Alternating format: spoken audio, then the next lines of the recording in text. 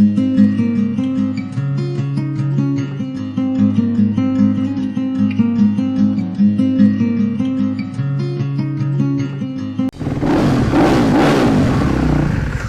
much power and so much fun. Welcome to this AMSOIL Tech Tip. You know that power doesn't do you any good if you can't get it to the rear wheels. That's why we're talking about chain lube and maintenance. And if you ever replaced a chain on one of these bikes, you know it can be as easy as just replacing a master link, and or you may have to go get a chain breaker, bust it all apart. It's a tedious process, so you don't want to mess with it. Now, what goes on when a chain starts to wear? You can see it right here. The rollers, the pins, it starts to wear, and what happens? It starts jumping teeth. You're not getting power back there. Then the chain starts to stretch. You're getting a lot of slack. You're not getting the clutch feel. You're not taking off. It's a big problem.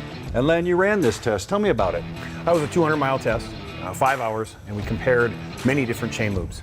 And we were looking at different things about wear on the pins, wear on the sprockets, just basic general wear protection of the product. And you can see that. You can actually see the AMSOIL versus the competitor on the lube, on the actual chain link, and the sprocket itself. Now, what characteristics, what makes a good chain lube? Right, there's a few things in there that you look to do. Because this chain lives in such a bad environment, it's dirty, you know, it can be hot. The lube, it needs to be properly formulated, right, as any product would be.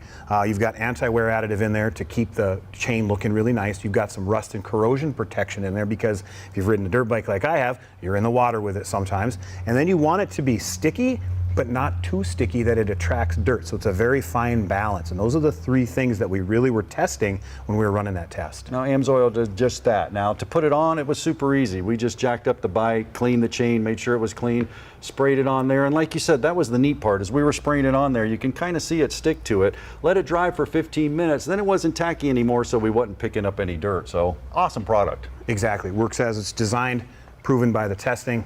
Go get yourself a can. And you can do just that. Get yourself a can.